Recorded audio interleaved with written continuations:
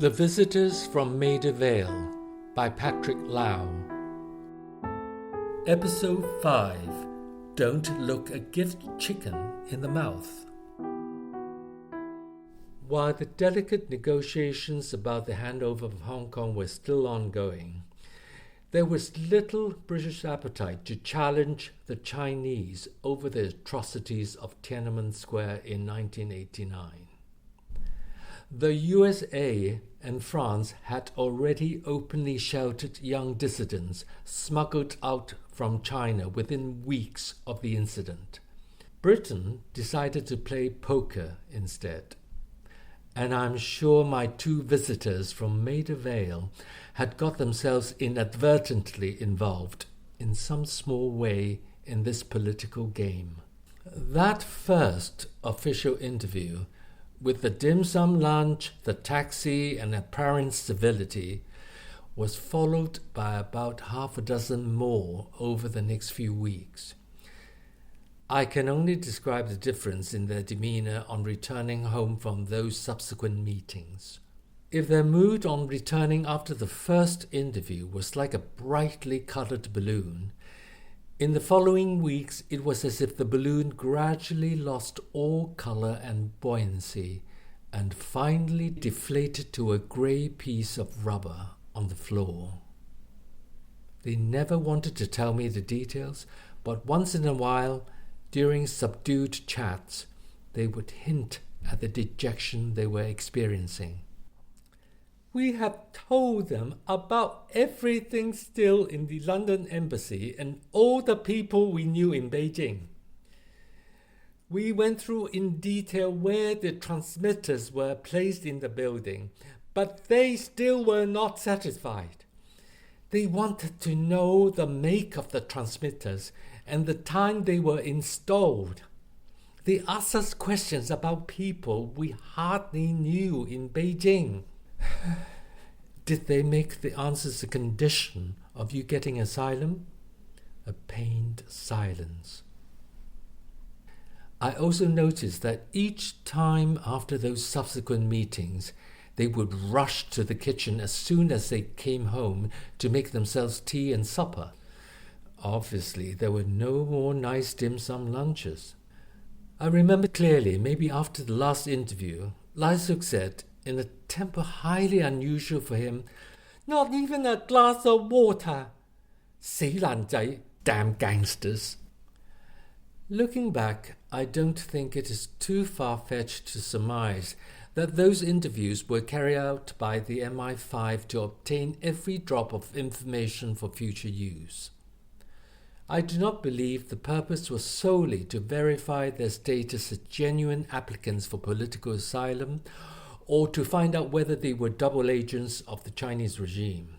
Lysuk and Lysum felt frustrated because those meetings became increasingly disconnected with their desire to be granted status to stay, either temporarily or permanently in the United Kingdom, and more importantly, for a safe refuge.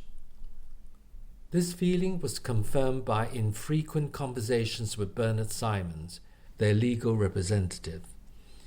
He was always civil and kind to them, but could say no more than sit tight and wait. The trips to the Home Office interviews had made them a bit more confident, so when I told them they must get out of the house now and again, they welcomed this prompt and started to take short walks around the local streets, but only when it was completely dark. I found myself so relieved during these short breaks that I blasted out Freddie Mercury's "I Want to Break Free" through the speakers and did a sing-along in the house, wishing their short walks would become longer. My foreseeable escape to India was still several weeks away.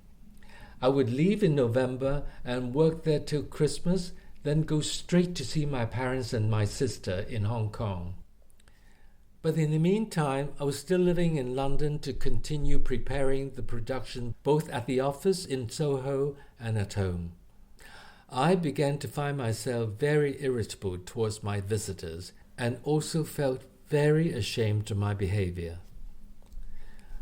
I was beginning to lose respect for Lai Suk because he did not seem to be doing anything, just smoking and moping. Every time I needed a break from my study to go out to do a bit of gardening, I would find him already there, greeting me kindly and giving me so many compliments about my garden. I never asked anybody to help me with gardening, and I considered it a very therapeutic and private activity. When I was on my knees doing the hard job of late summer pruning, I would suddenly hear his feet, wearing my gardening clogs, approaching me with a full watering can ready to help. I was so mean that I would not turn round to acknowledge this offer of assistance, and I would hear him quietly slope away, leaving the watering can at my side. By contrast, Lysam always managed to be busy. She hurried round the house, walking in small rapid steps. She still wore those thin nylon plastic pumps with a mesh covering the whole foot except for the very tip. I thought she would soon need new ones when the drizzle turned to rain. She would either be cleaning the whole house, cooking, or mending. I never saw him helping her with housework or cooking. Although I insisted on separate meal schedules, I still included their groceries in my own shopping. These were accepted with embarrassment and profuse apologies. But I noticed that they often supplemented these with their own dried vegetables and meat. I realized that the enormous suitcase I had brought home in that nighttime dash from Maida Vale contained the rations of experienced refugees: tobacco, a good supply of dried goods to last for months, and other essentials such as soap and toiletries from their cut-price shops at the basement of the embassy building. I once bought them a fat chicken, but it was turned down. The gift had crossed the line from basic sustenance to luxury. I insisted, and we left it in the fridge to see who would win the argument. I did not think any more of it until I opened the freezer after a few weeks, and its naked grey frozen carcass fell out. Bits of the skin had turned a funny colour. I put it into a bag and straight into the dustbin while they protested strongly. The next morning, I found that it had disappeared from the garbage and had in fact finally been made into a dish with black bean sauce. Waste not, want not. Before it was a luxury, but now could not be wasted. They also began to understand my peculiar need for solitude, and we did not have to chit-chat when seeing one another for the first time that day. It was beginning to be like having two lodgers in the house, and we smiled and passed one another in the narrow corridor and on the staircase without having to stop and socialize. As my trip to India loomed closer, and I knew I would be away until January in the new year, I now faced the predicament of leaving the two of them in my house alone. Previous worries, in my imagination, this included Chinese agents having a shootout with MI5 outside my home in the suburban streets of Southfields, morphed into worries about burglaries and frozen pipe bursts. I decided to break the news of their existence to my close friends Brenda and Robin, who live across the park. I've known them for years, and little Toby, their red-haired 2-year-old, is my godson. My friend's reaction to the news reflected my own some 6 weeks ago. Utter amazement tinged with the delight of an adventure. Being described as a kind hero by them naturally flattered my ego. Of course, I did not tell them the gloomy reality that prevailed inside our household at the time. I explained the predicament of me leaving for India and wanting my guests to have people they could trust close by. My kind-hearted friends immediately invited us to have a Sunday roast lunch with them. I was a bit surprised that the invitation was greeted with reluctance. Lysam politely suggested that, instead, My friends could come home for tea and they would get some cakes. I never really got to the bottom of their thinking. But I wonder if I had said that my friends were Chinese, whether they would have had the same reaction. I understood that they did not want to appear in the daylight and meet strangers, especially English strangers.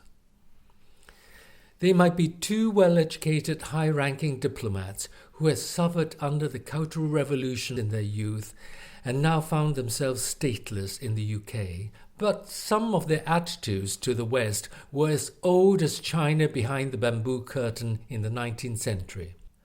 But I also understood they may feel the onus of traditional strictures of Eastern etiquette, never accepting a gift that you cannot return in kind.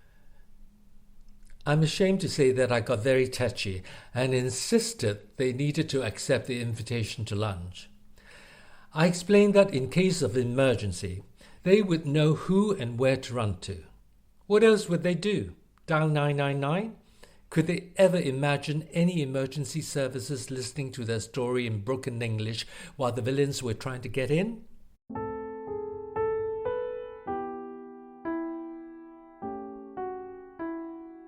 The day of the Sunday lunch came later in July. It was a strange feeling as I locked my front door to realize that it was the first time since we went to the barber's that we left the house as a threesome. I'd already told them I would not be driving us as it was just a healthy 25 minutes walk away.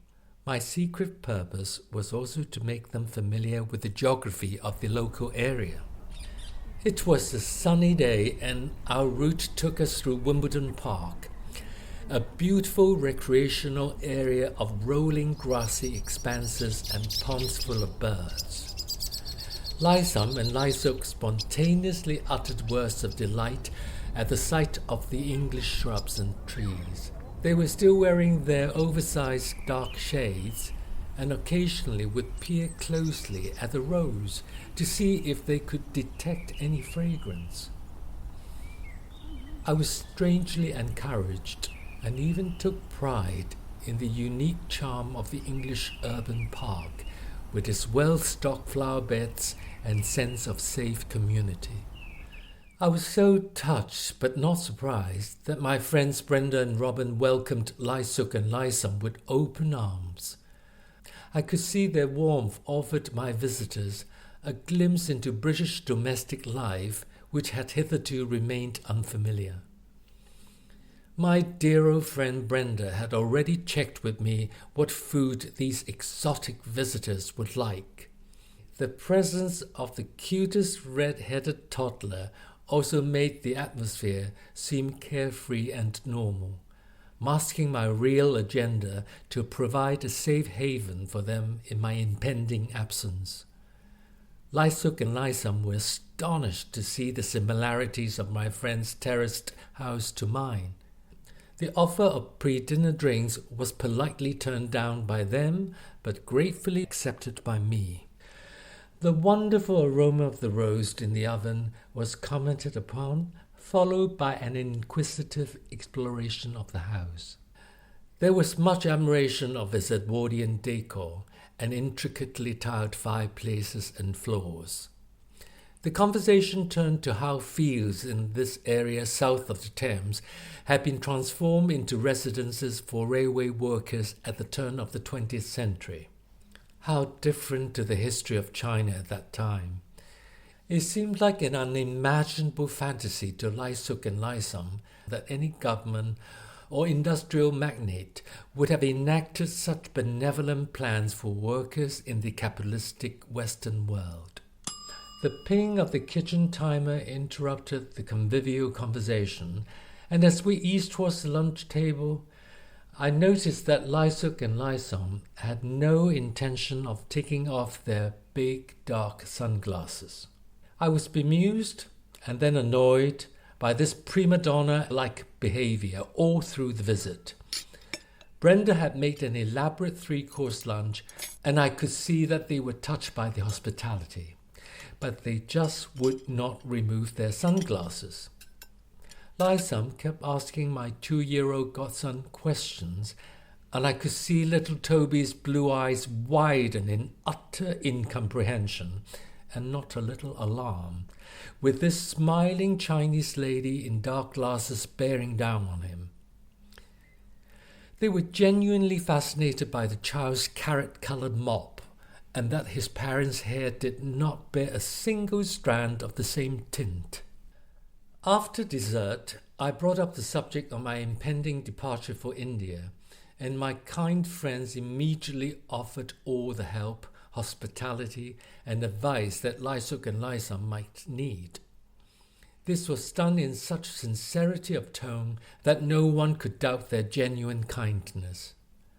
I could see Lysuk getting a bit teary-eyed and his hand reaching for his cigarette packet.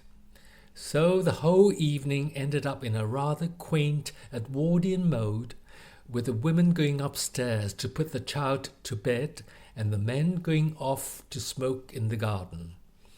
Any prying neighbours could see that one of them was still wearing dark glasses. In retrospect, the fact that they would not take them off in spite of my frequent requests perhaps shows the very stubbornness which enabled them to survive the many misfortunes in their lives. But at that moment, all I could see was a kind of irritating and disrespectful naivety.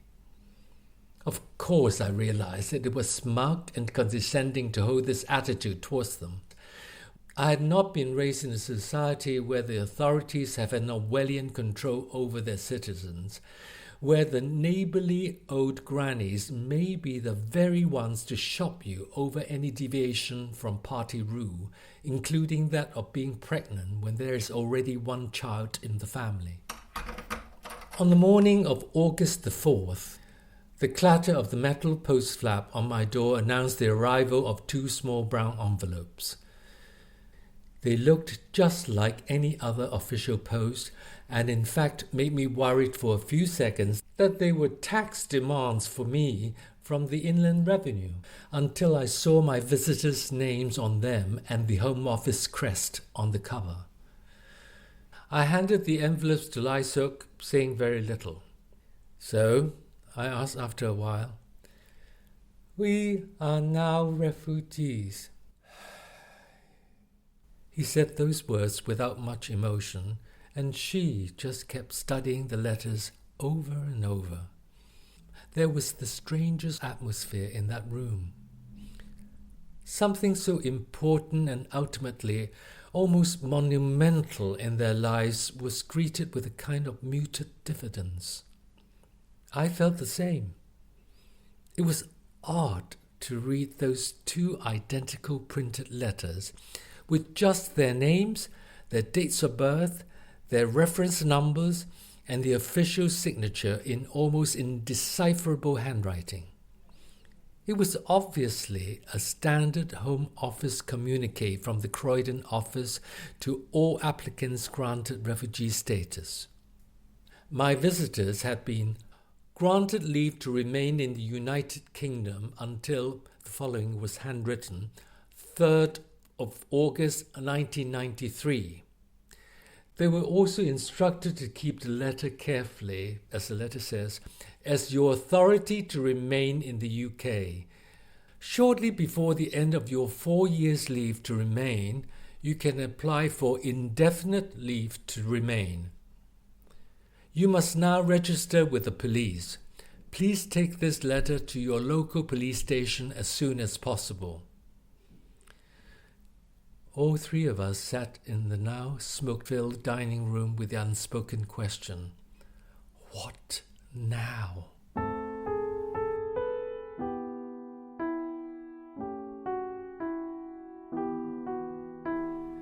The objective of getting asylum had been achieved, but rather than jubilation, we all had a rather sickly feeling in our stomachs.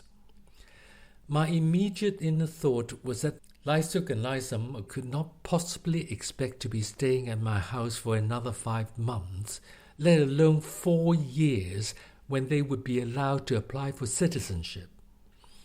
They seemed to be in a sort of reverie and rather subdued.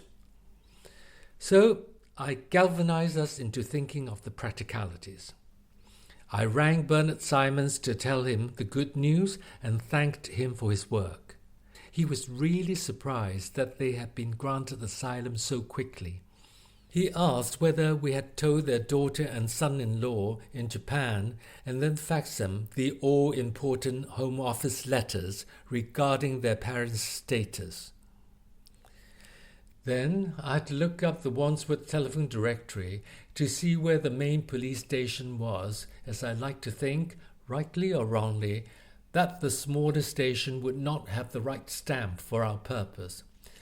It turned out to be so routine that everything we did that day felt like an anticlimax. We also rang their niece Becky in Hong Kong. She sounded relieved, but did not mention anything about what needed to happen next. This began to worry me a great deal all through our trip to the travel document section of the Home Office at Croydon. Lysuk and Lysum agreed with me that we should try to get everything legit and then sit down and think about what our future might be. They said they would like to try and get their permitted travel documents in case they might need to flee again. It shocked and saddened me that, even now, their insecurity and fear had not left them. It was odd to be in that vast building of bureaucracy at the Home Office in Croydon. This is where those 2 letters granting them asylum in the UK had been sent from, and now, less than a day later, we were back to try to get documents for them to get out of the country. We went to a photo booth to get their ID pictures and then found the right section. After a long time waiting for our turn at the Special Requirements section, we produced the letters and explained that they would like to apply for travel documents.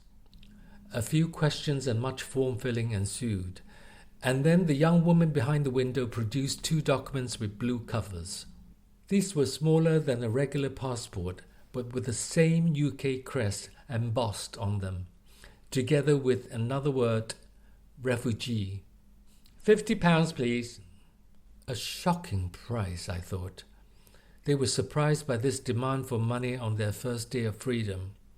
I was mean enough to say, this is the price of democracy. It would be fair to describe the period that followed as the start of the levels of purgatory. The first week after they were granted asylum, we continued living together, but now in an awkward silence and under a dark cloud of inertia. A voice in my head was constantly demanding, what happens next? We went to the housing department of Wandsworth Council with every single document we could lay our hands on. After hours of soul-destroying waiting, the woman at the desk called us forward. She asked how long they had been staying in Wandsworth. I had already explained this to her and shown her the letters and documents indicating that these were refugees and defectors from the Chinese embassy in the wake of the Tiananmen Square massacre. Surely, madam, you must have heard that in the news only 2 months ago? They had been living in my house here in Wandsworth for 2 months. Sarcasm never went down well in these situations with life-hardened officials. You need to have been staying in the borough for at least 2 years in order to apply for housing. But they are refugees. I'm not a relative. I should be asking them to leave my house soon. Immediately I turned to my visitors and reassured them in Cantonese. Gong Dai Wa means that's not true. Sorry, these are the rules. Subsequent calls to the Citizen Advice Bureau produced the same results. We approached the British Refugee Council, which was mentioned in the Home Office letter as a potential source of help. But the kind voice at the other end of the phone said that they could only help with refugees who had been sheltering in government safe houses and had no other roof over their heads. I thought they would really look after us. After all, we cooperated and gave them all we knew. Well, they gave you both asylum in almost record time. But they are not interested in us. My Chinese visitors from Maida Vale thought that their work and connection in technology and trade before their defection would bring in offers of work from the British government as a package together with asylum. They genuinely thought that their status as diplomats, Class 1, would mean that they would be given special treatment once they had been accepted as refugees. Instead of which, they instantly became anonymous and without importance. I think even after just 1 week as refugees, there were voices in their heads which screamed, "What have we done?" The Visitors from Maida Vale by Patrick Lau was produced by Mukti Jain Campion, and it's a Culturewise production. In the final episode, Patrick discovers that his house has been burgled and his guests are having secret meetings with a mysterious Englishman. But why?